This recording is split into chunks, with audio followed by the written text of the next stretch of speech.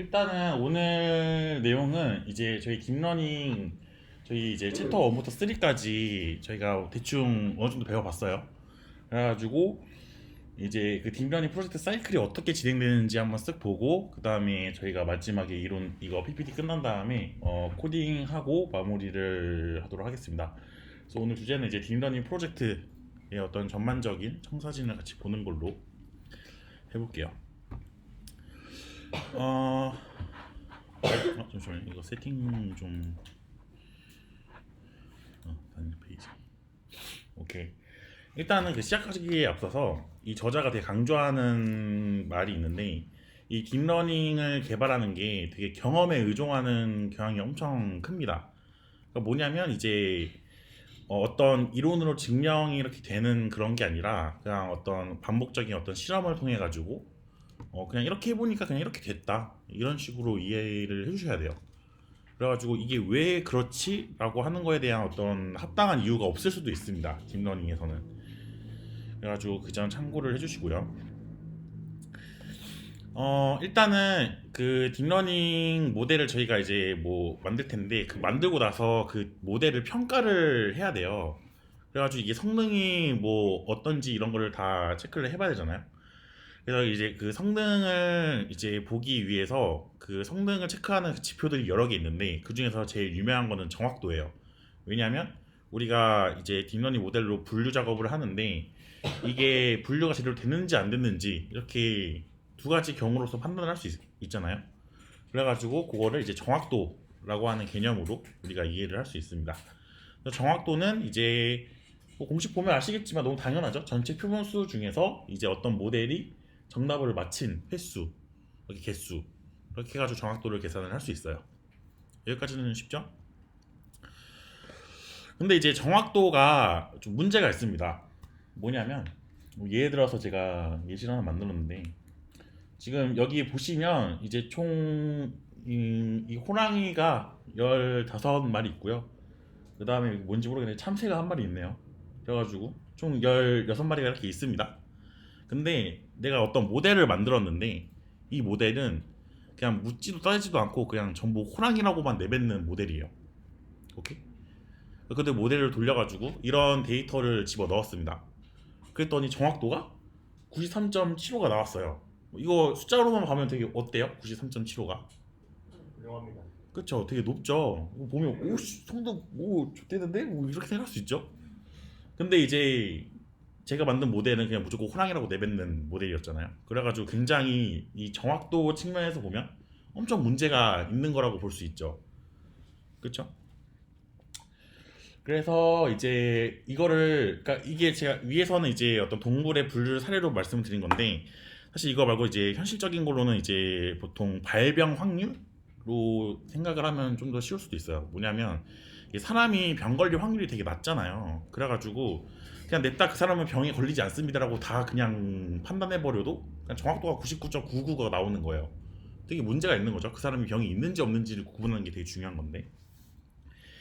그래가지고 이제 그런 부분을 해결하고자 이제 나온 지표가 이제 이 컴퓨저 매트릭스라고 있습니다. 이게 뭐냐면 여기 매트릭스 이렇게 2x2 매트릭스가 있어요. 뭐냐면 지금 이 행을 보시면 이 행은 이게 실제로 그 사람이 병에 걸렸는지 실제로 병인지 아닌지고요. 그다음에 열은 모델이 그 사람이 이제 병에 걸렸는지 안 걸렸는지 예측하는 거예요. 그래가지고 이걸 어떻게 보냐면 지금 저기 트루 포지티브 있죠. 저게 뭐냐면 이제 실제로 병에 걸렸고 모델도 병에 걸렸다고 예측을 하는 그거고요. 그 개수. 그다음에 오른쪽은 뭐냐면 이제 병에 걸렸는데 모델은 병에 걸리지 않았다라고 예측하는 개수. 밑에는 어떻게 될까요? 저 70. 이 false positive는 무슨 뜻일까요, 그러면? 건강한데 아프다고 그런 거. 그쵸? 그러면 마지막으로 요거 이 트루 네거티브는 뭡니까? 건강한데 건강하다고. 그러니까 이제 건강하지도 않은데 병도 아니라고 이제 예측을 하는 거죠. 그래서 이제 요런 네 가지 지표를 이제 적절히 섞어가지고 이제 공식을 이제 만드는데 일단 그 앞서가지고 이제 그 용어들 살펴보면 이 true positive, true negative, false positive, false negative 이렇게 총 네 가지가 있어요. 그리고 이제 뭐 통계 배우신 분들은 이제 이 false positive가 이제 뭐 타입 1 에러라고 부르기도 하고 뭐 저기 false negative는 이제 타입 2 에러라고 부르는데 이거는 이제 참고하시면 될 것 같고. 그래서 뭐냐 이제 그 컴퓨터 매트릭스 원소들 가지고 이제 이 리콜이랑 이 정밀도 이 두 가지를 이제 계산을 하는데 이 리콜 같은 경우에는 이제 병 기준으로 얘기를 하면 이제 모델이 질환이 있는 사람을 얼마나 잘못 진단했는지 알려주는 거고요. 이 펄시전은 이제 재현율의 반대로 생각하시면 돼요. 모델이 질환이 없는 사람을 얼마나 잘못 이제 진단을 했는지 알려주는 두 가지 지표입니다. 뭐 괜찮죠? 이렇게. 얘네들은 그 혼동혈이라는 성능 지표의 합이 개념입니다.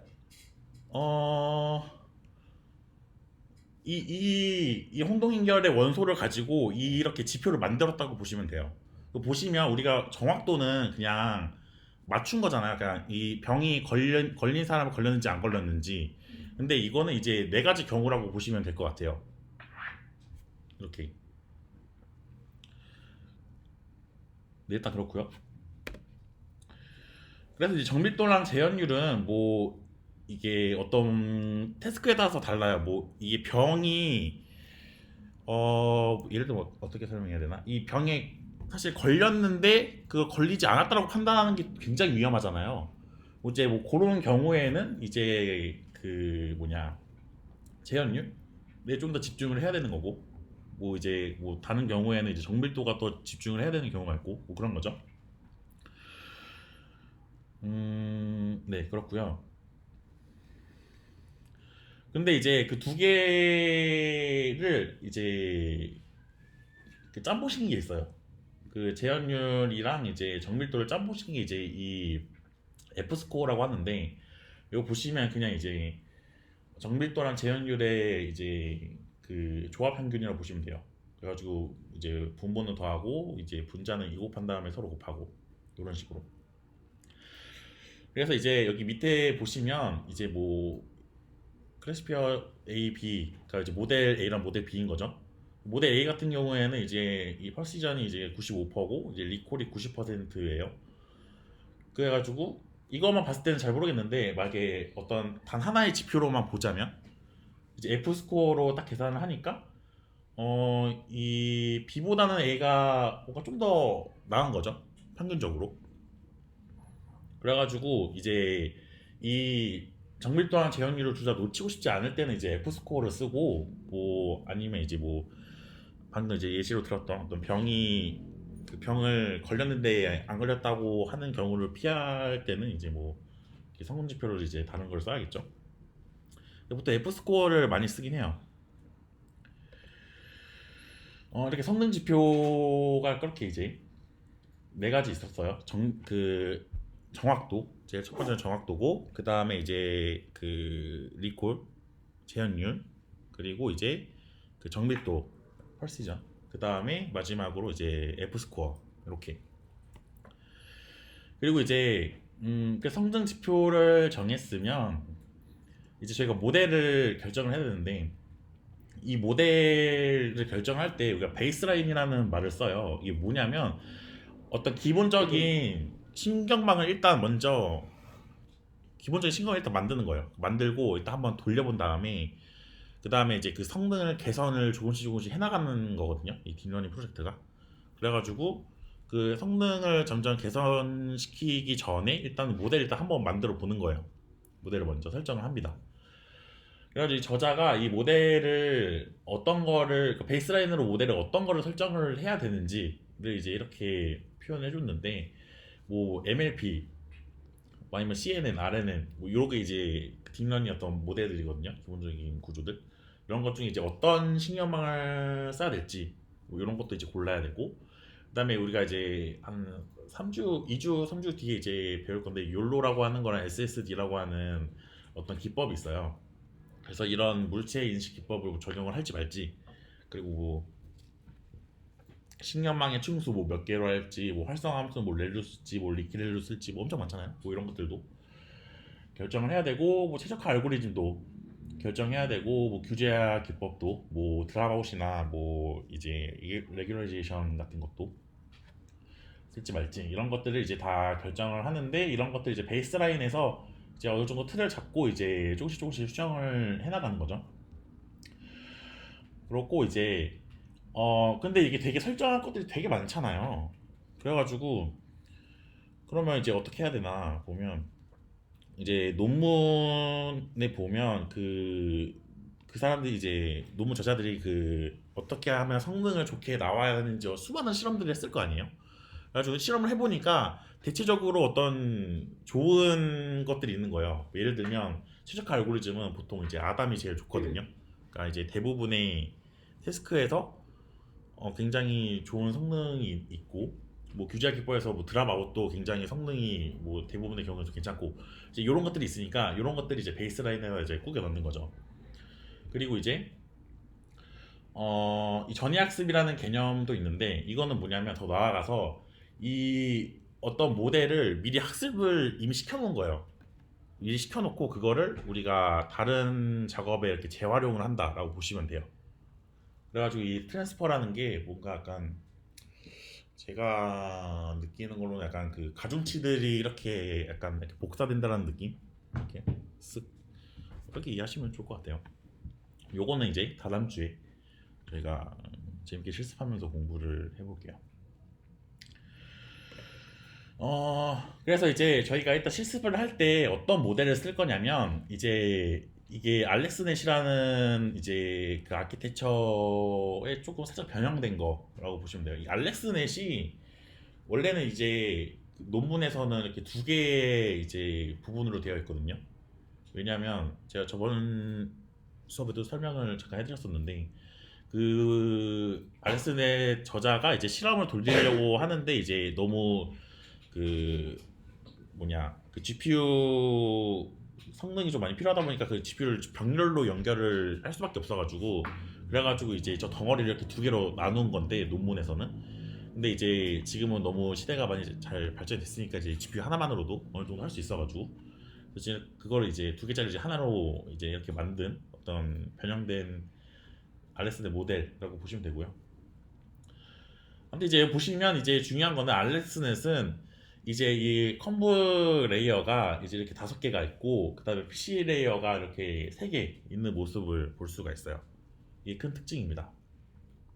그리고 이제 중간중간에 이렇게 맥스 풀링이 되어 있는 거 볼 수 있죠. 그래가지고 이제 요거를 이제 베이스 모델로 삼아가지고 진행을 해볼 겁니다. 그래서 이따가 코딩을 할 때 이제 이 숫자들을 다 설정을 할 건데, 이 일단 이 그 뭐냐 논문에서 맞나 모르겠네. 근데 이제 그 일단 저자가 이제 말하기로는 일단 이렇게 층의 깊이, 그러니까 필터 수를 96, 뭐 256, 뭐 384, 뭐 이런 식으로 설정을 했대요. 각 이제 컴브 레이어마다 이런 식으로. 그 필터 크기도 이제 15 곱하기 15부터 시작해가지고 쭈르르르르 이제 섰고, 그 이제 활성화 함수는 또 렐루를 썼다라고 해요. 그리고 이제 컴브 1, 2, 3, 1, 2, 5 이 레이어의 뒤에는 이제 맥스 풀링을 배치했다고 합니다.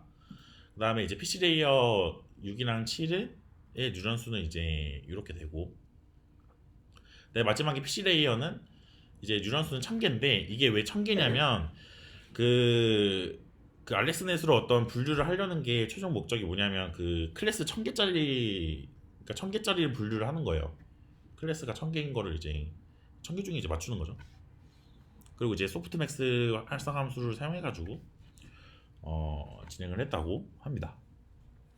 그래서 이런 식으로 구현을 할 거고요.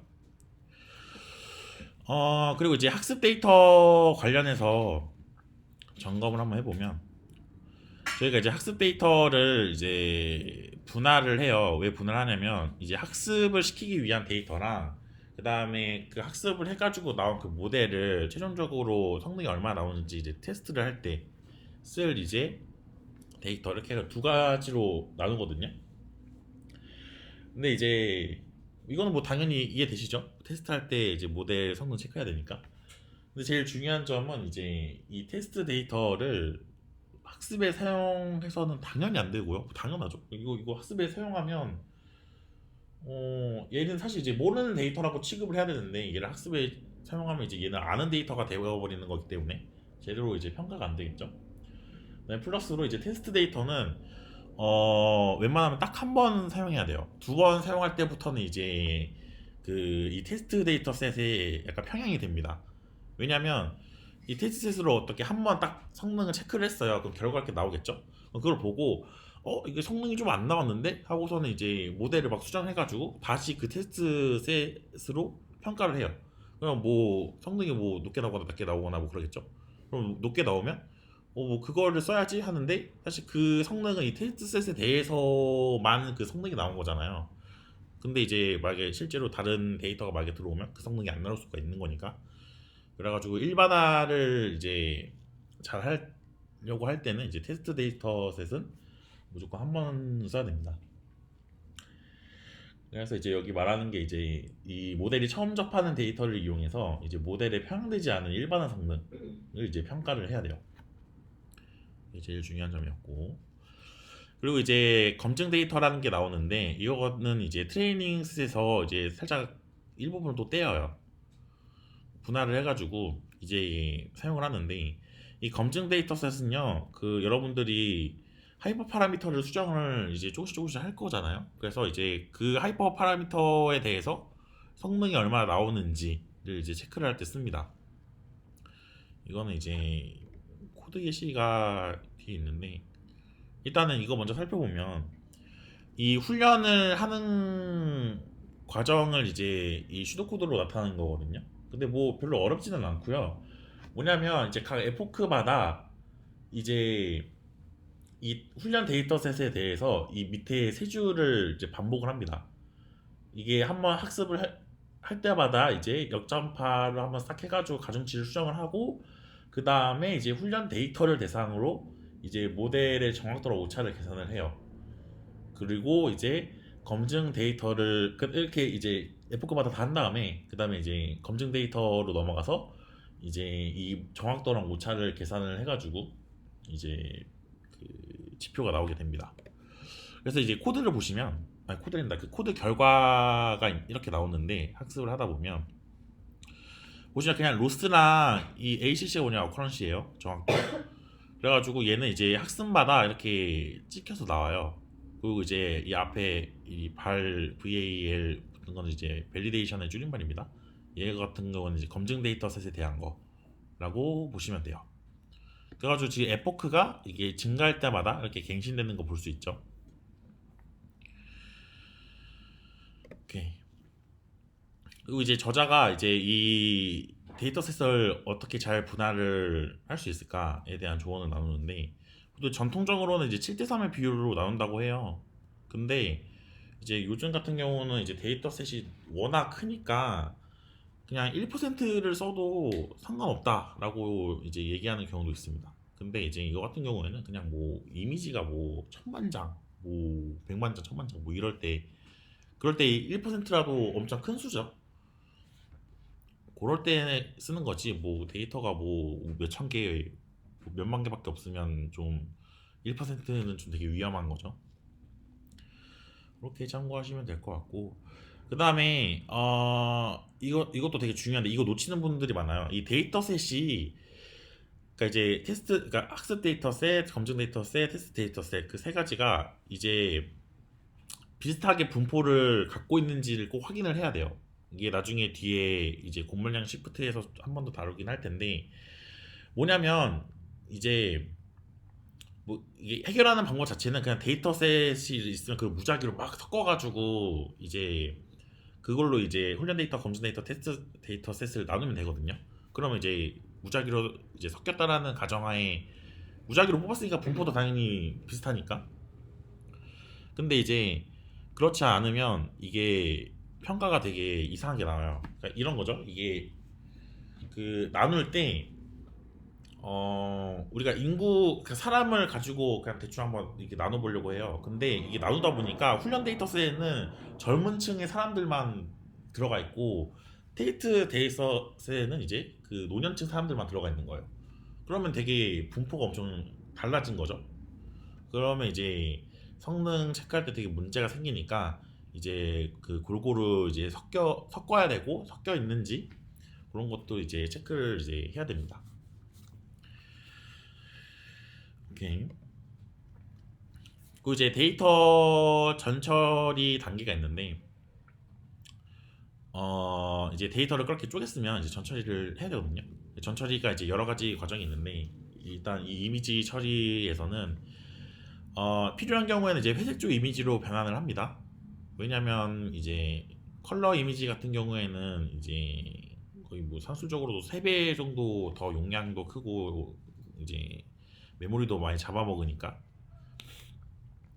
그래가지고 이제 회색조로 해결할 수 있는 거면 그냥 회색조로 변환을 해가지고 하는 게 좀 더 절약이 되겠죠. 그리고 이제 이미지 크기를 조절해야 되는데 이게 뭔 소리냐면 이 신경망 모델에서는 이미지 크기가 모두 동일해야 돼요. 그래가지고 그 이미지 크기를 동일하게 만드는 작업을 해야 됩니다.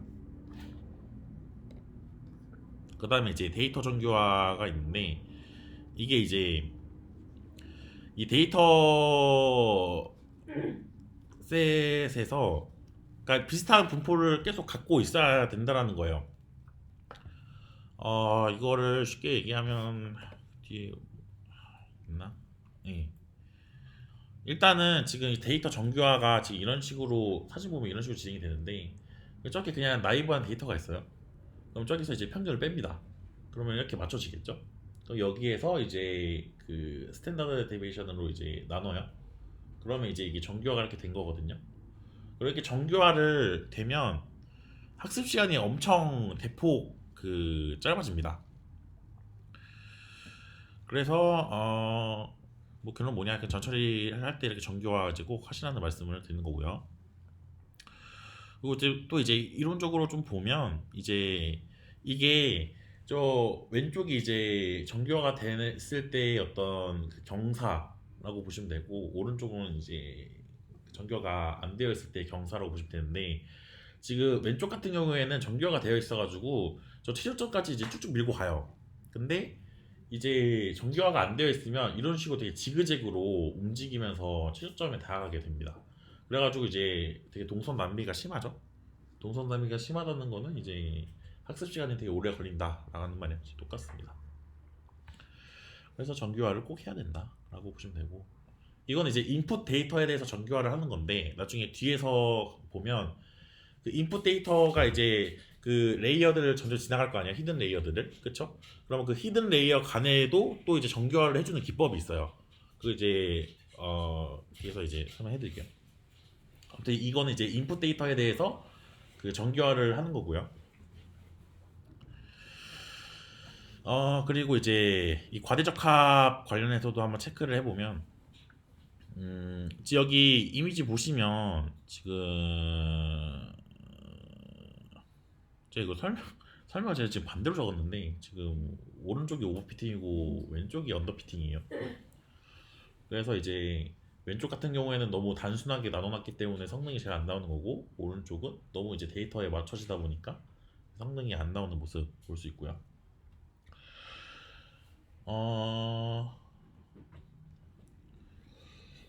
그래서 이제 뭐 너무 당연한 말이긴 하지만 이제 바람직한 모델이라는 거는 이제 어떻게 적절한 복잡도를 가진 모델을 써야 된다는 거죠. 그래가지고 그렇게 해야지 이제 나중에 새로운 데이터가 들어오면 이제 그거를 잘 판단할 수 있기 때문에 하나하나에 집착하는 것보다 이제 좀 더 일반화된 그런 모델을 써야 된다라는 말을 이제 다시 한번 강조하는 거고. 그리고 이제 그 과대적합이랑 이제 과소적합이 이제 생겼을 때 어떻게 해결해야 되는지에 대한 얘기도 있는데 일단은 이제 훈련 데이터에 대한 성능은 높은데 라는 말이 뭐냐면 우리가 아까 그 뭐냐 그 로스랑 ACC 그리고 이제 밸리데이션 로스랑 밸리데이션 ACC라고 아까 그 출력값 잠깐 보여드렸잖아요. 거기서 이제 훈련 데이터에 대한 성능이 뭐냐면 이제 그 로스랑 그 어커런시를 얘기를 하는 거고요. 이 검증 데이터에 대한 성능은 이제 그 밸리데이션 로스랑 밸리데이션 어커런시를 얘기를 하는 겁니다. 그럼 이제 그 데이터를 그 출력값을 봤을 때 이게 한 에포크마다 이게 한 번씩 출력이 되는 거예요. 그러면 이제 그 에포크를 만약에 1000번 돌리면 그 값이 이제 총 1000개가 생성이 되겠죠? 그럼 그거를 그 그래프로 한번 쫙 찍어요. 그러면 이제 그 그래프 개형이 나올 거 아닙니까?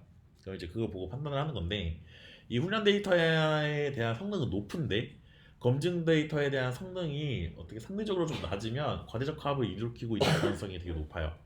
그래가지고 이런 경우에는 이제 실행 사고를 거치면서 성능이 제대로 나올 때까지 하이퍼 파라미터를 조정을 해야 되고요. 근데 이제 훈련 데이터에 대한 성능도 낮고 이제 밸리데이션도 낮고 그러면 이제 이거는 과소적합일 가능성이 있기 때문에 은딩층을 추가를 함으로써 모델 복잡도를 늘리거나 아니면 학습 에포크스를 뭐 늘리거나 이런 식으로 하고 이제 그래도 안 되면 이제 다른 식량만 구조를 이제 써야 됩니다. 이게 저자가 이제 베이지 오차율이라는 말을 쓰는데 이게 뭐냐면 그 어떤 그 베이스 정확도라고 해야 될까요? 어떤 기준점이 되는 정확도? 예를 들면 이 사람이 개와 고양이를 구분하는 거에 정확도가 어떻게 있다고 해보면 이제 어떤 모델이 이제 성능이 좋냐 나쁘냐의 기준을 이 사람이 이제 사람의 오차율보다 더 오차율이 낮으면 좋은 모델이고 뭐 이제 낮으면 나쁜 모델이다 이렇게 뭐 판단할 수 있는 그런 근거로 이제 베이지 오차율이라는 용어를 이제 뭐 쓰더라고요. 뭐 이런 것도 있다라고 보시면 되고 어 그래가지고 제가 아까 말씀드린 그 에포크마다 이제 그 이제 로스랑 정확도랑 밸리데이션 로스랑 밸리데이션 어쿠런시 이렇게 네 개 값이 이제 매 에포크마다 이제 찍혀서 나오는데 그거에 이제 그 그래프를 그리면 대충 이런 모양이 돼요. 근데 지금 A랑 B랑 C랑 되게 개형이 좀 다르죠. C 같은 경우에는 되게 학습이 되게 잘 된 거예요. 이거 같은 경우는 학습이 되게 잘 된 거고 이 B 같은 경우에는 지금 되게 요동치고 있잖아요. 이거 같은 경우에는 그 일단 학습이 제대로 안 되고 있는 건데 이거 같은 경우는 과소적합이 된 거일 수도 있고 이게 요동치는 게 제가 저번 시간에 말씀을 드린 게 있는데 요동치는 게 그 학습률이 너무 높으면 이게 발산이 되잖아요. 왔다 갔다 하면서 그런 경우일 수도 있어요. 이 B가 A 같은 경우에는 과대적합이 된 겁니다. 왜냐면 이제 성능 그 훈련 데이터셋에서는 지금 성능이 좋은데 지금 밸리데이션에 대해서는 지금 뭐 성능 개선이 없죠. 오히려 지금 올라가는 것처럼 보이는데 그건 이제 과대적합이라고 보시면 됩니다. 그래서 뭐 이렇게 제가 텍스트 정리해놨고요.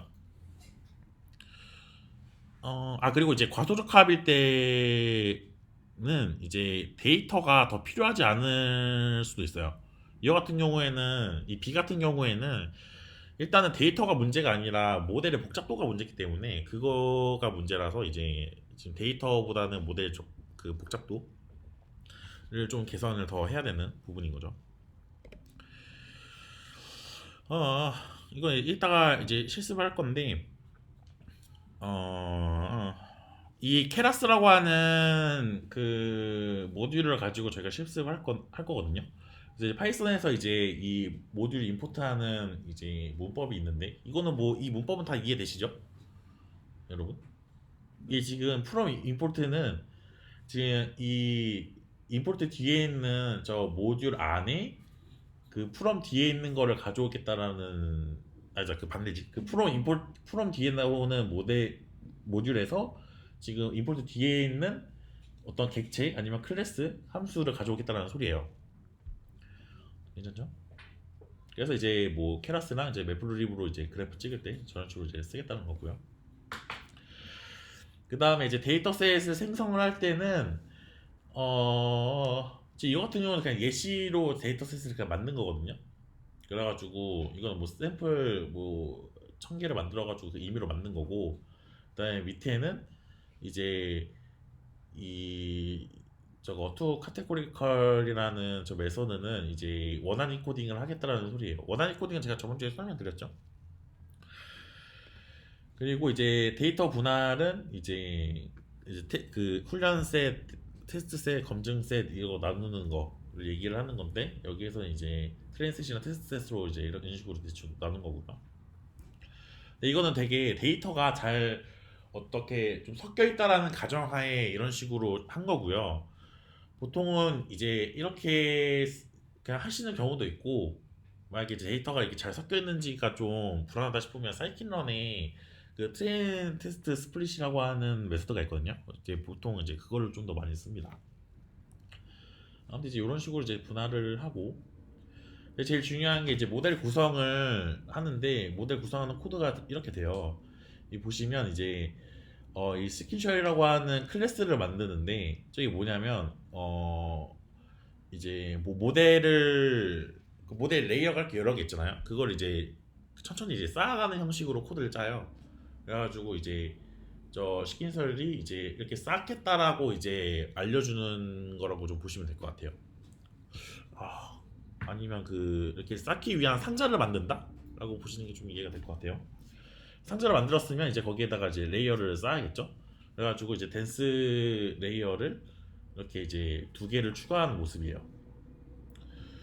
그리고 이제 이렇게 모델을 만들었으면 이제 그 모델 객체에 대해서 이제 컴파일이라고 하는 메서드를 호출을 해야 되는데 이 컴파일이라고 하는 이 메서드를 호출을 하면 이제 그 모델이 어떻게 그, 그 최적화는 뭐 어떻게 할 건지 그리고 이 매트릭이라고 하는 거는 이제 정확도를 지표로 해가지고 출력을 할 건지 뭐 이런 것들 설정하는 거를 이제 컴파일 메소드로 하는 거거든요.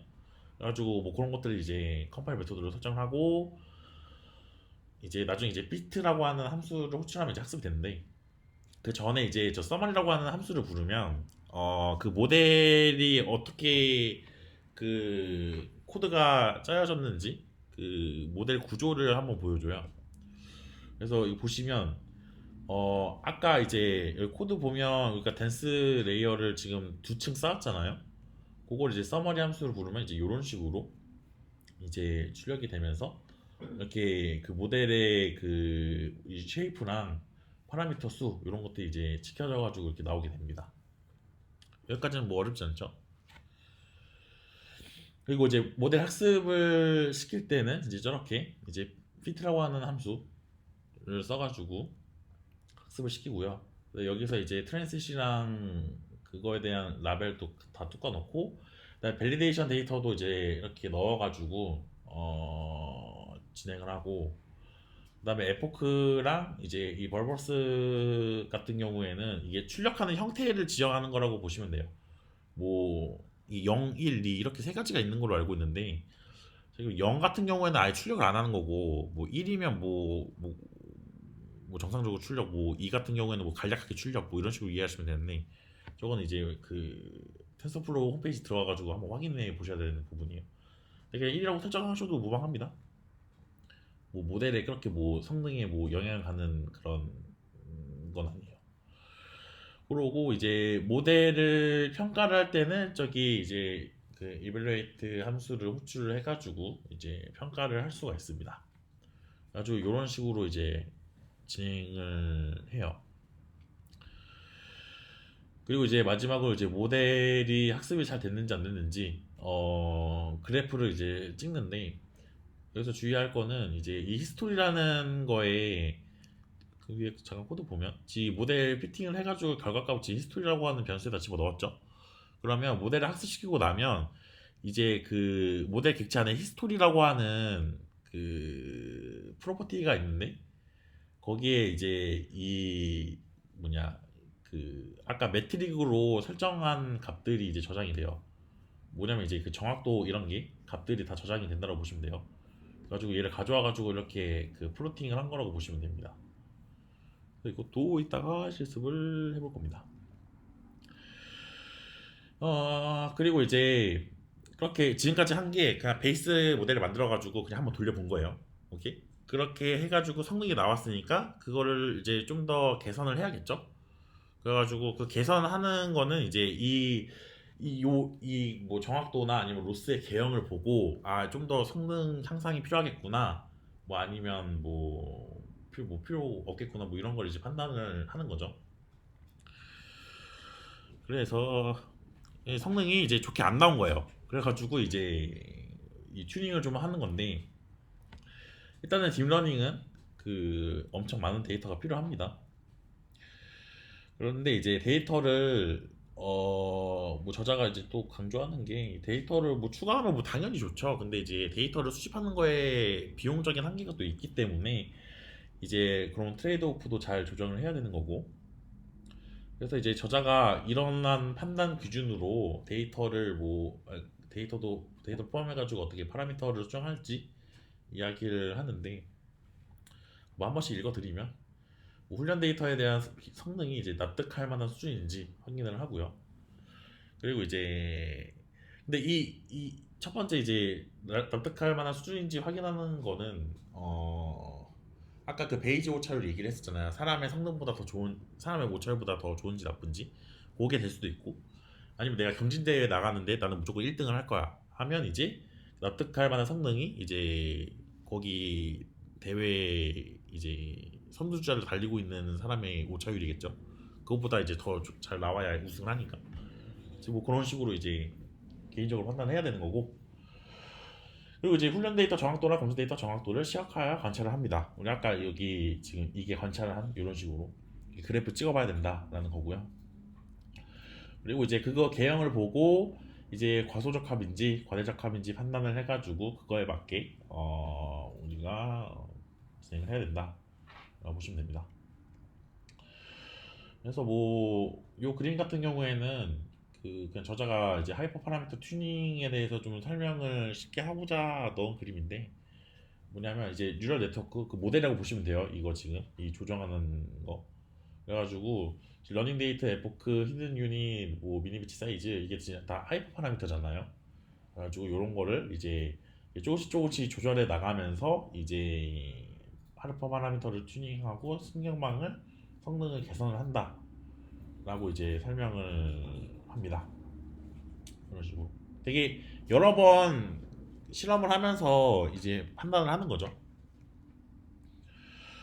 그래가지고 이 하이퍼 파라미터를 크게 세 가지로 나눌 수 있어요. 뭐 신경망 구조, 그리고 이제 학습 및 최적화 부분이랑 이제 규제화랑 이제 과적화 방지 기법 이렇게 크게 세 가지가 있는데 이런 것들이 이제 조절을 해가면서 성능을 개선을 하는 거고요.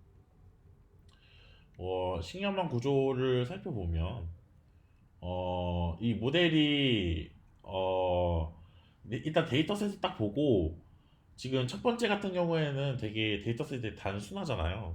봤을 때 그래가지고 이거는 간단한 모델로 할 수 있겠구나 해가지고 간단한 모델 적용한 거고 이거 지금 두 번째는 좀 더 복잡하겠는데 해가지고 좀 더 복잡한 모델 마지막은 이거 존나 복잡한데 하고 존나 복잡한 모델을 이제 쓰는 거죠.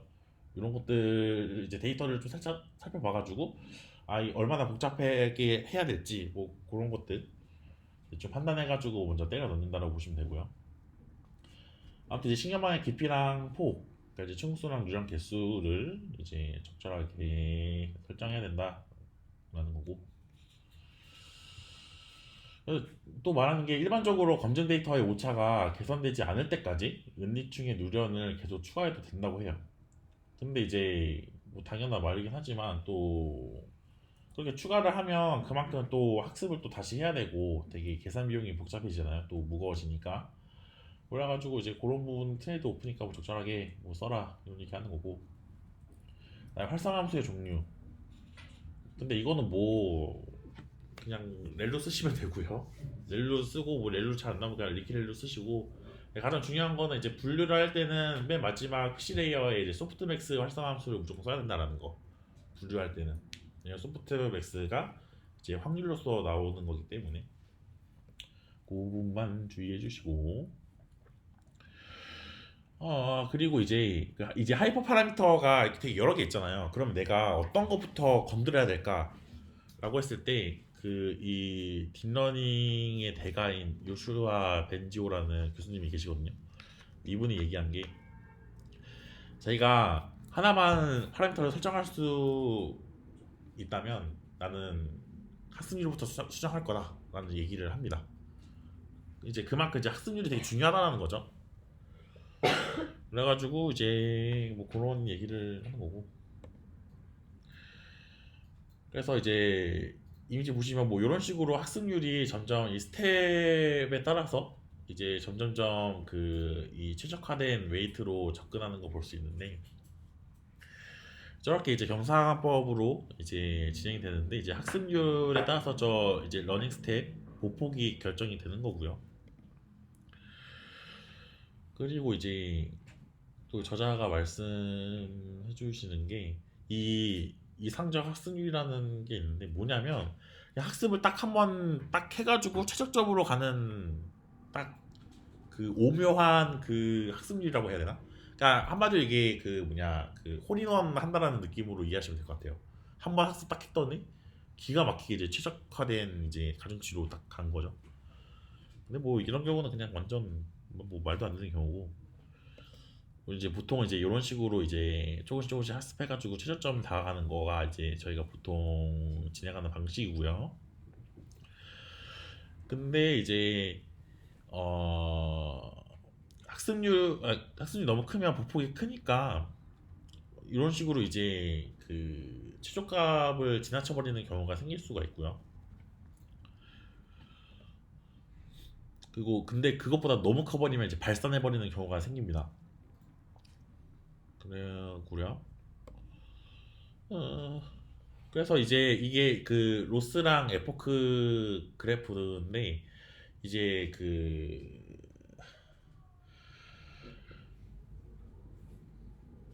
딱 보시면 그 지금 이 굿 러닝 레이트가 되게 학습이 잘 된 그 그래프 개형이라고 보시면 돼요.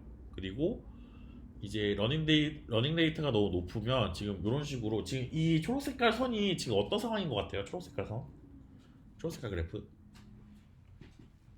러닝 레이트가 너무 커요. 그래가지고 지금 로스가 지금 저기에서 정체가 돼버렸는데, 어떤 경우입니까?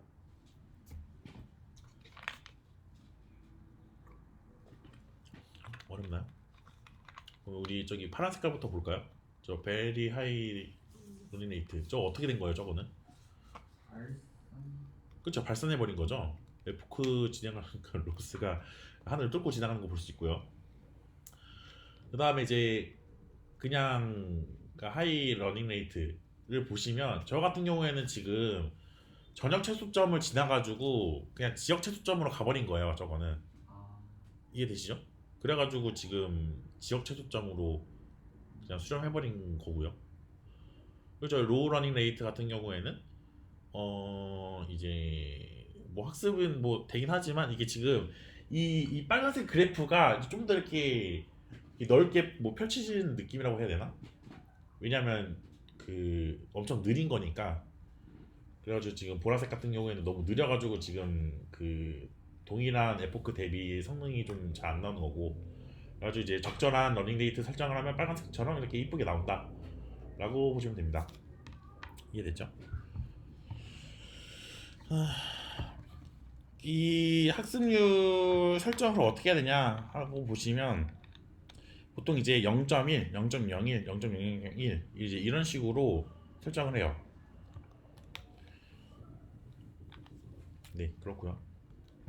설정할 때 뭐 0.35, 뭐 0.321 뭐 이런 식으로 그냥 막 설정하지 마시고, 이제 0.1, 0.001 뭐 이런 식으로 지수 감소하듯이 이런 식으로 하라는 겁니다. 이것도 약간 그랬더니 괜찮더라는 거예요. 그쵸. 그랬더니 괜찮다라는 겁니다. 이유 따윈 없어요. 그냥 실험했더니 그냥 이게 좋았다. 진짜 논문에서도 이렇게 실험했더니 결과가 좋았다가 설명이 끝이에요. 그래가지고 여기서 추가로 더 수정을 하나요? 그 뭐 0.001과 0.001 뭐 사이의 값으로 뭐 계속 수정을 하면서도 들어가요. 근데 그런 경우는 못 본 것 같아요. 왜냐면 그냥 이 정도로만 하고, 사실 이 저 숫자 저 숫자 사이에 무수한 숫자들이 있잖아요. 그래가지고 그냥 이 정도 선에서 그냥 결정해버리고 다른 하이퍼 파라미터 수정하러 가는 거죠. 근데 뭐 다른 거는 너무 완벽해가지고 건드릴 게 뭐 이거밖에 없다면 뭐 그런 식으로 뭐 설정할 수 있고요. 근데 이제 저는 이렇게 0.1, 0.001 뭐 이런 숫자밖에 못 본 것 같아요. 그렇고요. 그리고 이제 저희가 학습률 같은 경우가 우리 아까는 그냥 고정된 값으로 어떻게 설정을 한 거잖아요. 근데 이 학습률도 이제 이 학습함에 따라서 그 학습률을 값이 좀 더 바뀌면서 이제 조정이 되는 그런 방법도 있거든요. 왜냐면 이제 이 러닝 레이트 디케이라고 해가지고 이 지금 에포크 진행할수록 러닝 레이트를 이제 조금씩 떨어뜨리는 거예요. 왜냐하면 에포크를 할수록 진행할수록 이제 그 전역값에 좀 더 가까워지는 거니까 이제 그러니까 처음에 경사를 내려갈 때는 크게 내려가다가 이제 좀 근처에 온 것 같으면 이제 천천히 내려가는 그런 느낌이야. 그래가지고 이제 뭐 적응형 합수냐 감소냐 적응형 합수 뭐 이런 식으로 진행되는 거고. 음, 그래서 이제 이 나중에 이제 이게 적용이 된 게 결국에는 아담이라고 하는 옵티마이저가 있거든요.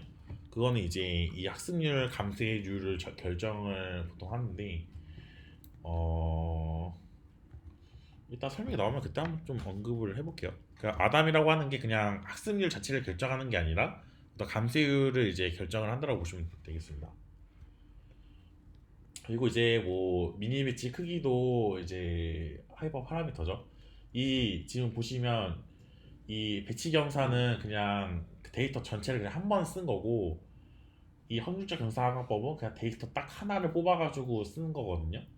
그래가지고 지금 차이점은 배치 경사법 같은 경우는 되게 스무스하게 그 경사를 따서 잘 내려가는데 대신에 이제 단점은 이제 한번 그 학습을 할 때 그 데이터를 전체 다 써야 되니까 되게 계산 비용이 되게 크다라는 단점이 있고요. 오른쪽은 계산 비용은 그냥 데이터 하나만 딱 쓰면 되니까 좋은데 이런 식으로 이제 엄청 왔다리 갔다리 하니까 되게 뭐라 해야 될까?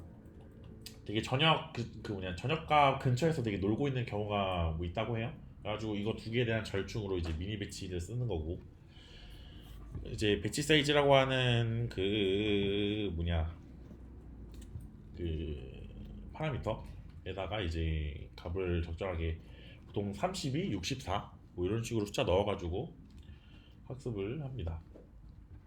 그래서 이제 미니 배치 크기를 뭐 결정하는 방법이 뭐 있는데 그냥 뭐냐면 그냥 본인의 그 컴퓨터 사양에 따라서 뭐 컴퓨터가 너무 좋다 이러면 뭐 배치 크기 뭐 크게 하시고 작으면 뭐 이제 작게 하면 되는 거죠.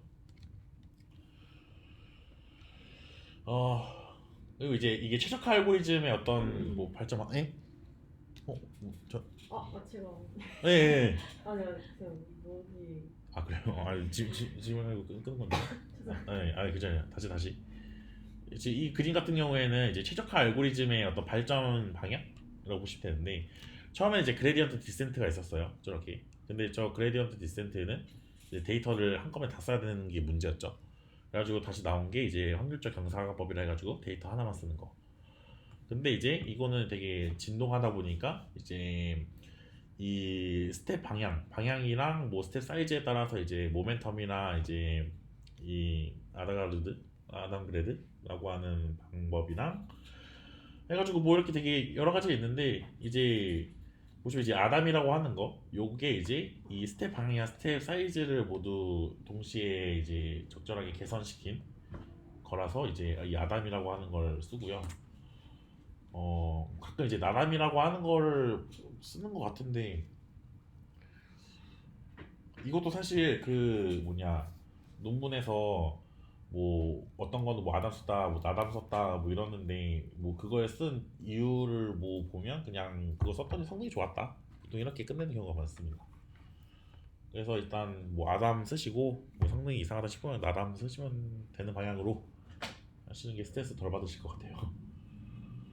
그렇고 그리고 이제 그 모멘텀이라고 하는 거 설명을 잠깐 드리면 이거는 이제 그 경사 항화법으로 쭉 내려갈 때 그 방향이 어떤 그 방향의 가중치를 뒀다고 해야 되나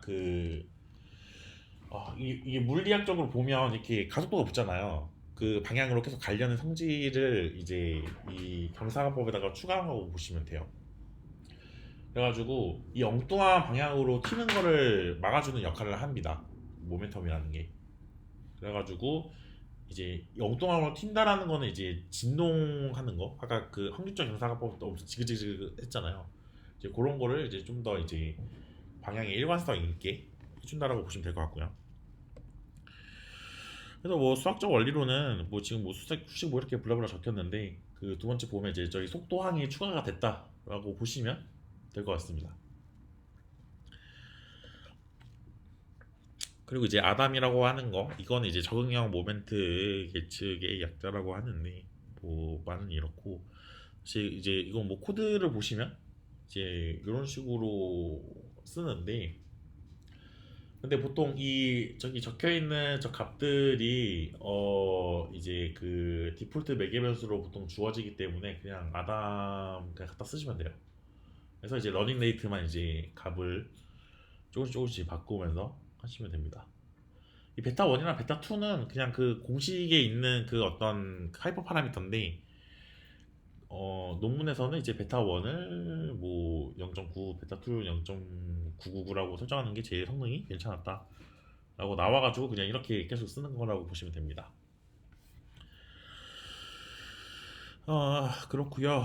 그 다음에 이 에포크라고 하는 용어 다시 짚고 넘어가면 이제 이 학습할 때 전체 데이터를 한 번 다 학습에 다 썼을 때를 1 에포크라고 얘기를 하고 그때 이제 단위라고 보시면 되겠습니다.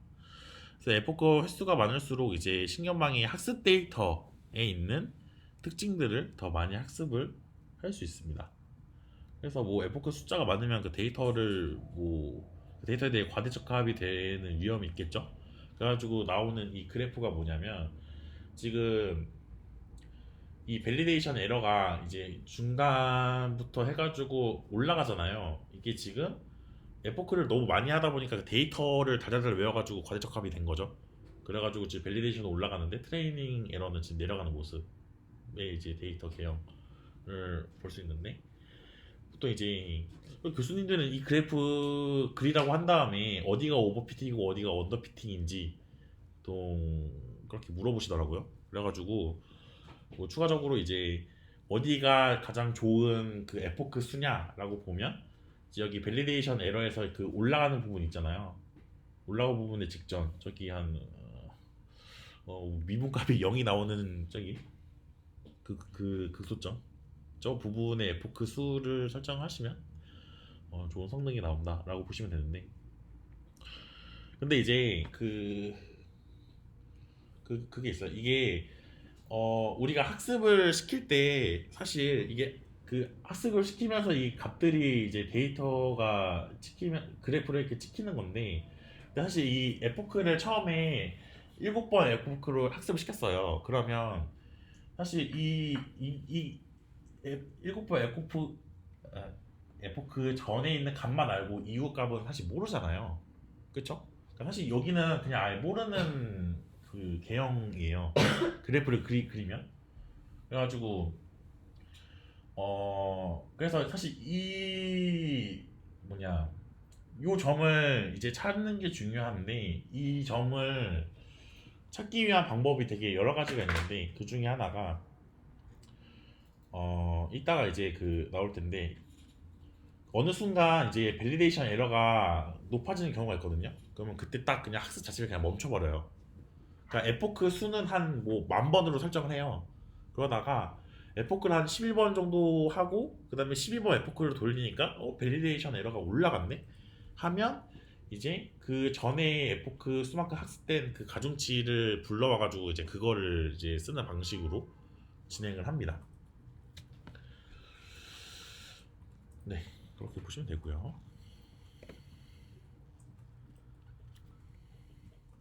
그래서 제가 방금 말씀드린 게 이제 그 얼리 스타핑이라고 하는 방법인데 그냥 되게 간단해요. 그냥 밸리데이션 올라갈 때쯤에 학습 자체 그냥 멈춰버려가지고 이제 과대적합 되지 않게 막는 거라고 보시면 되겠습니다. 그래서 뭐 코드로는 이제 이 얼리 스타핑이라고 하는 그 클래스를 가져오면 되는데 이건 일단 실습할 때 한번 코드 같이 보도록 하고요. 근데 여기 이제 이 페이션스라고 하는 이 외계 변수가 있어요. 이게 뭐냐면 그 보통 이제 밸리데이션 에러가 그냥 어느 순간 이제 올라가 이렇게 그래프 보시면 올라가잖아요. 근데 사실 그래프 보면 이게 밸리데이션이 이게 조금씩 진동하면서 올라가거든요. 그래가지고 사실 그게 이제 그 이전에도 계속 진동을 하기 때문에 이게 딱 한 번만 딱 봤을 때 밸리데이션 에러가 딱 한 번 올라갔네? 그럼 바로 멈춰야지 해버리면 그냥 에포크 1, 2에서 멈춰버리는 거예요. 그래가지고 이 페이션스가 뭐냐면 그 이제 그렇게 진동하면서 그 튀는 거를 몇 번 참을지라고 보시면 됩니다.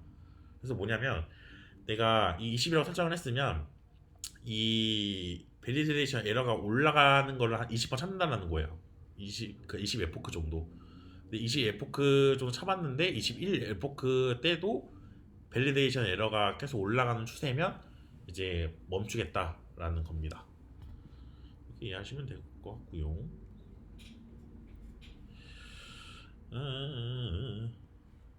이 얼리스토핑의 매개 변수 뭐 이렇게 크게 세 가지 있는데 세 번째는 제가 방금 말씀드린 거고요. 첫 번째는 이제 지표 설정하는 건데 그 아까 그 모델을 조기 종료하는 거를 이제 기준점으로 삼는 게 밸리데이션 로스가 이제 올라가는지를 보는 거잖아요. 그래가지고 이제 그 성능 그 지표를 여기에다가 그 집어넣는데 그냥 밸리데이션 로스 그냥 집어넣는다고 보시면 돼요. 웬만하면. 그리고 이제 저희 얼마 안 남았는데 L2 규제화라고 있어요. 이게 뭐냐면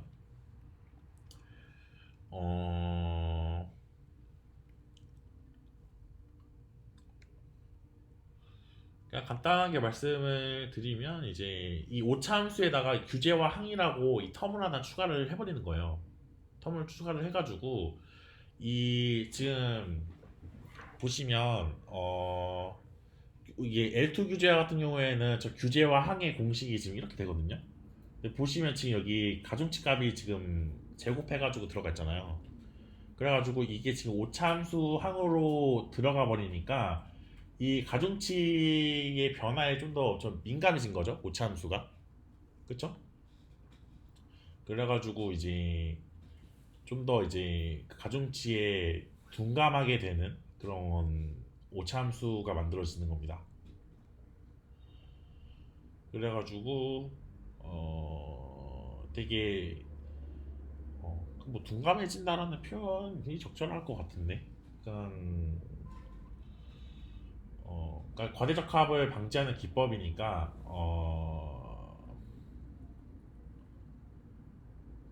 네 그렇습니다. 이거 혹시 만약에 설명이 필요하시면 제가 좀 더 정리해가지고 가져와 볼게요. 아무튼 L2 규제화라는 게 있어가지고 과대적합을 막는 기법이라고 보시면 되고요.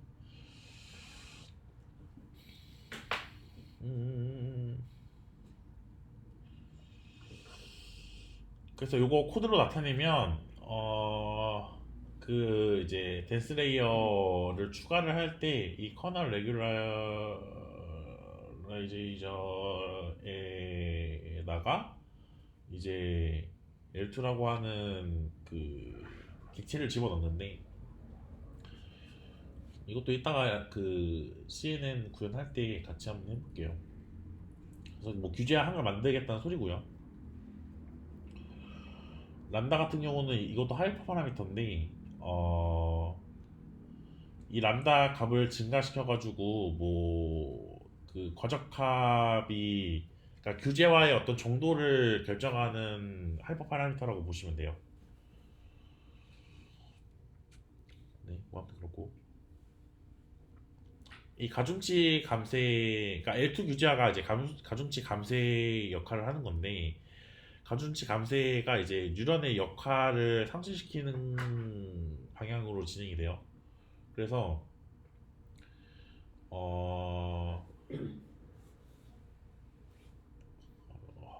이거 뒤에 제가 드라마 고시랑 비교하는 거 있는데 그때 설명을 한번 드리겠습니다. 이게 뭐냐면 이게 지금 여기 지금 화살표가 지금 가중치잖아요. 화살표가 가중치인데 이 가중치를 점점 이제 줄이는 거라고 보시면 돼요. 이 가중치 값이 작아지면 그만큼 기여도가 감소하는 거거든요. 왜냐면 가중치 값이랑 그 x라고 하는 값이랑 곱하는 거기 때문에 가중치가 작으면 그만큼 이제 활성화 함수에 들어가는 값이 작아지겠죠. 그래가지고 이제 이 규제화가 이 w 값을 이제 작게 만드는 거고요. 근데 이게 w 값을 서서히 작게 만드는 거예요. 학습하는 과정에서. 뭐 첫 번째 학습 때는 w들이 뭐 평균이 뭐 100이었는데 점점 이제 규제화를 하면서 그 w 값들이 뭐 이제 뭐 50, 30, 20 이런 식으로 에포크 할 때마다 이제 값이 줄어드는 방향으로 진행이 되고, 이제 드롭아웃 같은 경우에는 이거는 그냥 아예 뉴런 자체를 꺼버리는 거기 때문에 그 서서히 w 값을 감소시키는 게 아니라 그냥 아예 빵으로 만들어 버린다라고 이해하시면 돼요. 그 차이고요. 드롭아웃은 뭐 저번에 한번 설명드렸으니까 그 드롭아웃 레이트라고 해가지고 얼마큼 비율로 그 뭐냐 뉴런을 비활성화 시킬 건지 값을 이제 하이퍼 파라미터로 설정하는데 보통 0.3에서 0.5 사이의 값으로 설정을 한다라고 해요. 근데 뭐 0.78도 뭐 본 것 같긴 한데 그거는 이제 뭐 논문 살펴보셔가지고 그 논문에서는 이제 드랍아웃을 뭐 얼마나 썼는지 그런 걸 참고를 해서 이제 코드 짜는 게 좋습니다. 그래서 이제 차이점 뭐냐면 이제 드롭아웃 같은 경우에는 그 특정 뉴런의 영향력을 아예 그냥 꺼버리는 거고요. L2 규제화는 가중치를 통한 그 뉴런의 영향력을 이제 서서히 억제시키는 거라고 보시면 돼요. 이해되셨죠? 이제 이 데이터 아규먼테이션이라는 게 있는데 이거 같은 경우에는 지금 여러분 보시면 지금 왼쪽 보면 저 그림이 6이잖아요. 근데 지금 오른쪽 보시면 대부분 다 6이죠? 보시면. 근데 컴퓨터는 이제 저기 오리지널 이미지만 학습을 시키면 이 조금 변형이 됐을 때 되게 둔감해져요. 그런 것도 있고 이렇게 이제 데이터를 조금씩 변형시킨 거를 학습을 시키면 이제 좀 더 성능이 되게 좋아진다. 뭐 이렇게 이제 결과가 나와가지고 이런 식으로 이제 데이터에 변형을 좀 가해서 데이터를 새로 만드는 기법이 이제 데이터 아규먼테이션이고, 이 이미지를 뭐 색깔을 뭐 반전시키거나 뭐 이런 식으로 뭐 회전을 시키거나 뭐 이제 배율 조정하거나 뭐 아니면 뭐 축소 확대, 밝기 조절, 아니면 뭐 흑백 처리 뭐 이런 것들을 통해서 데이터 하나 가지고 지금 엄청 많이 만들었죠. 이렇게 해가지고 학습을 시킵니다.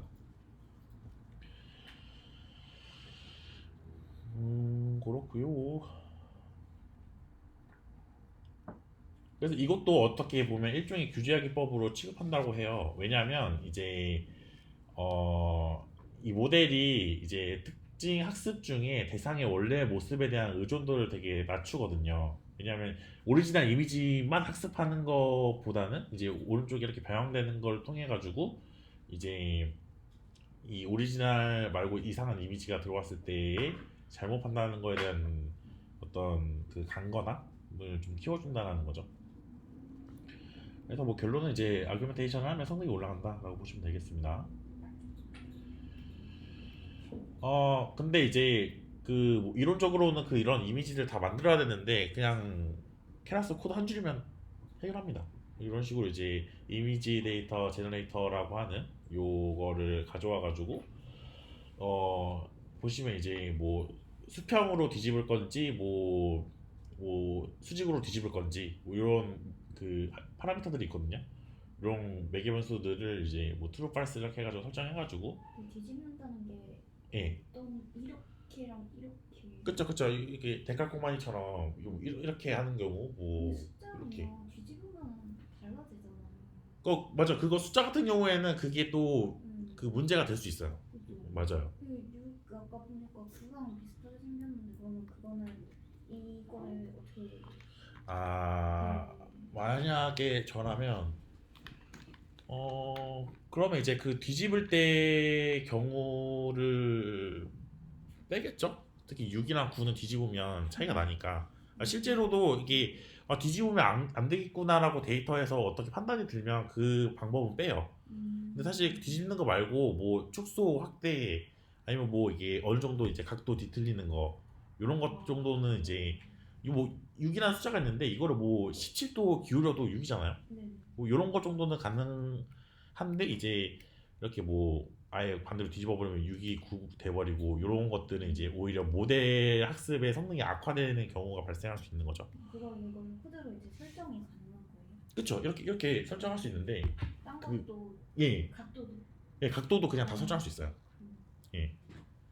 생각보다 이게 파라미터가 되게 많거든요. 그래가지고 그거 다 조정할 수 있습니다. 예. 데이터 증강도 어떻게 보면 그 분야 중에 하나여가지고 되게 많아요 그 방법들이. 그래가지고 뭐 되게 좋은 지적 해주셔서 감사드리고 그다음에 이제 제일 중요한 거 이제 배치 정교화라는 게 있는데요. 이게 뭐냐면 우리가 아까 인풋 데이터를 정규화 시켰잖아요. 왜냐하면 인풋 데이터를 정규화 시키면 그 뭐냐 오차 함수가 좀 더 평탄해져가지고 그래서 이제 학습이 빠르게 진행되는데 근데 이제 배치 정규화가 뭐냐면 이 인풋만 이제 정규화 시키는 게 아니라 이 레이어를 거쳐가면서 나오는 값들도 정규화를 시키겠다라는 거예요. 이해되셨나요? 그래가지고 이제 이 은디층을 통해서 이제 나온 특징들을 이제 정규화하면 이제 속도가 상승이 된다라고 보시면 되고요. 요거를 이제 배치 노멀라이제이션이라고 불러요. 그리고 이거는 되게 엄청 유명한 거고 되게 잘 쓰기 때문에 꼭 기억을 해주셔야 됩니다. 근데 이제 배치 정규화를 설명할 때 이제 공명량 시프트라고 하는 문제를 언급하는데 이게 뭐냐면 지금 A랑 B랑 보시면 지금 데이터의 어떤 분포가 좀 다르잖아요. 그쵸? A는 이 별이랑 이 동그라미가 지금 왼쪽에 좀 치우쳐져 있고 B는 지금 오른쪽에 좀 치우쳐져 있잖아요. 근데 지금 A가 학습 데이터고 B가 테스트 데이터라고 보면 지금 분포가 다른 거예요. 그 학습 데이터랑 테스트 데이터랑 분포가 다르기 때문에 그러니까 학습은 A 분포로 학습을 시키기 때문에 이제 B를 테스트할 때 분포가 안 맞아가지고 문제가 생기는 거죠. 그런 걸 이제 그 코레이트 시프트라고 얘기를 하고요. 근데 이게 지금 인풋 데이터에 대해서만 얘기하는 건데 이제 이거를 이제 그 은딕층에 나오는 값들에 대해서도 적용을 하면 이제 그게 이제 그 인터널 코베리언트 시프트라고 얘기를 해요. 아주 이제 그거를 해결을 한 게 이제 배치 노멀라이제이션이라고 하는데 아무튼 이제 분포가 학습 데이터랑 테스트 데이터랑 분포가 다르면 되게 심각한 거기 때문에 학습을 다시 할 정도로 되게 큰 문제입니다. 그래가지고 데이터를 골고루 섞으라는 게 이제 테스트 셋이랑 학습 셋이랑 이제 분포를 비슷하게 맞추기 위해서 그 랜덤으로 이제 꼼꼼하게 섞는 거고요. 그리고 이제 신경망에서 발생하는 이 코레이트 시프트가 뭐냐면 지금 여기 보시면 지금 이게 신경망의 어떤 그 일부분이라고 보시면 돼요. 이제 저 맨 왼쪽에는 뭐 이제 인풋 데이터가 있겠고 이게 점점 레이어를 지나가면서 아웃풋 데이터가 이렇게 나오겠죠. 그리고 이제 사이사이에 이제 렐루들을 지나가면서 어떤 값들이 나올 거 아니에요. 그쵸? 근데 그 값들의 그 분포를 찍어보면 이 지금 첫 번째 레이어 지나가기 전에는 저렇게 정규 분포 모양이 저렇게 나왔는데 지금 레이어를 하나 거치니까 지금 엄청 편향된 정규 분포 느낌으로 이렇게 분포가 나오죠. 그리고 또 이거를 또 레이어가 또 지나가니까 이번엔 또 이런 식으로 분포가 또 한쪽으로 치우쳐서 나오고 지금 이게 지금 계속 은디층을 지나가면서 분포가 계속 달라지는 거예요. 이 분포가. 그래가지고 이게 지금 코베리언트 시프트 인터널 코베리언트 시프트라고 얘기를 하고요. 요거를 이제 해결을 하는 게 이제 배치 정규화입니다. 뭐냐면 이게 이제 2015년에 나온 논문인데 그 이제 레이어 그러니까 히든 레이어 거쳐서 나오는 값 있죠. 그 값을 이제 히든 레이어 거치기 직전에 값을 입력이라고 보고 그 다음에 나오는 값을 출력값이라고 합시다. 그러면 그 입력을 이제 평균 0으로 조정하고 그 다음에 이제 그 평균 0으로 조정된 입력을 정규화 시켜요. 뭐냐면 그냥 뭐 저기 스탠다드 디비에이션으로 나온다는 거죠. 그러고 나서 추가적으로 연산 결과의 배율 및 위치를 조정합니다. 이게 뭐냐면 지금 분포 보면 지금 분포 위치 있잖아요. 위치가 좀 다르잖아요. 지금 이 위치를 지금 이렇게 맞추겠다는 거예요. 아무튼 그렇고요. 그래서 이제 이 배치 정교화를 진행을 하면 학습 속도가 거의 뭐 제가 너무 읽어봤을 때 한 20배 정도 빨라진다? 라고 얘기를 하더라고요. 엄청난 성능이죠. 아 이제 공식을 보면 뭐 그러니까 뭐 이거 지금 식 보면 그냥 인풋가 이제 입력 최초 입력이 아니라 그 레이어 통과하기 전에 입력입니다. 그 이제 평균이랑 표준 편차 그 분산 계산을 해요. 이렇게. 그 다음에 지금 M 같은 경우에는 이게 지금 미니 배치 기준으로 계산을 하는 거기 때문에 그러니까 미니 배치로 이렇게 데이터가 이렇게 지나가잖아요. 통과잖아요. 그럼 그거의 데이터의 평균으로 해가지고 이렇게 평균과 표준 편차 계산을 하고요. 그 다음에 이제 X가 지금 인풋이라고 했죠. 그 인풋에다가 이제 이렇게 이제 정교화를 진행을 합니다. 여기서 이제 이 실론 같은 경우에는 이 분산이 0이면 계산이 안 되잖아요. 그거를 막기 위해서 있는 어떤 작은 수고요. 그 다음에 이제 이 세 번째가 이제 이 배율 및 위치를 조정한다고 해가지고 그 정규분포도 이제 정규분포 그 봉우리의 위치랑 그 정규분포의 어떤 크기가 다 다르잖아요. 그거를 이제 맞추는데 여기 감바랑 베타가 저희가 뭐 따로 설정하는 하이퍼 파라미터가 아니라 그냥 파라미터예요. 뭐냐면 이제 학습을 시키면서 분류 결과가 잘 나오는 방향으로 분포의 위치랑 배율을 자동으로 학습을 통해서 설정이 됩니다. 이게 좀 제가 봤을 때는 핵심이라고 생각을 하는데 이런 식으로 이제 배치 정교화가 진행이 됩니다. 그래가지고 뭐 성능이 되게 좋다.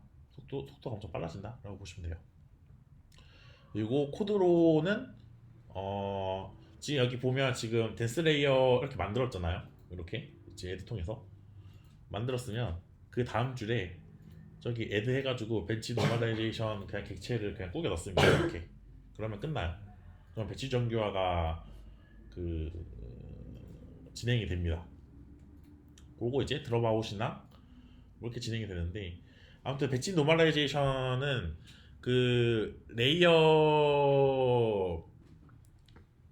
레이어를 이렇게 통과해가지고 배치를 조정하는 거기 때문에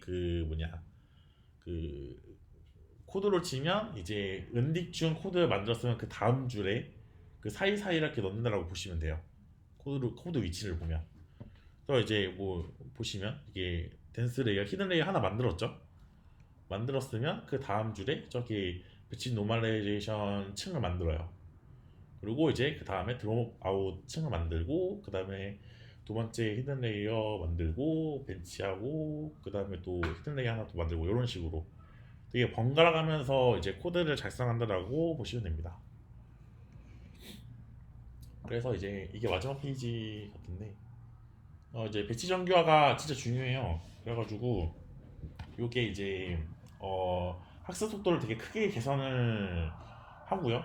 그리고 이제 배치 정교화의 핵심적인 아이디어는 결국에 이제 인풋 데이터만 정교화를 시키는 게 아니라 그 히든 레이어 거쳐서 나오는 그 중간중간 값들 있죠. 그 값들을 이제 정교화 시킨다. 그랬더니 성능이 속도가 엄청 빨라진다 라고 보시면 됩니다. 네. 혹시 뭐 질문이 있을까요, 여러분? 그러면 비정규화는 거의 무조건 쓰는 게 좋은 건가요? 보통은 그런데 배치 정교화를 썼더니 성능이 안 좋거나 개선이 없는 경우도 있어요. 그래가지고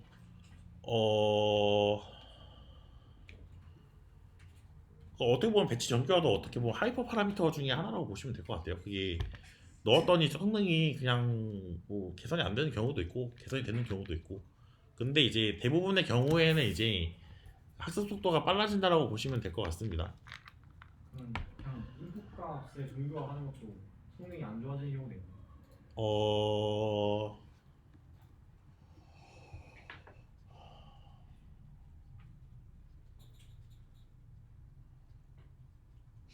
데이터 성격마다 다를 것 같긴 한데 그런 경우도 있을 것 같아요. 근데 본 적은 없는 것 같은데 확신은 못 하겠습니다. 은근히 네. 없는 것 같아서 네. 그냥 하라고만. 네. 그쵸. 그냥 보통 그냥 정규가 정규가 그냥 때려 보시고 당연히 정규가. 근데 뭐가 이상하다 하면 그냥 한번 뺐더니 뭐 성능이 잘 나오면 그냥 빼면 되고 뭐 그렇게 접근하시면 될 것 같아요. 네, 그냥 머신러닝 AI 쪽이 다 그렇습니다, 여러분. 그래가지고 네 일단은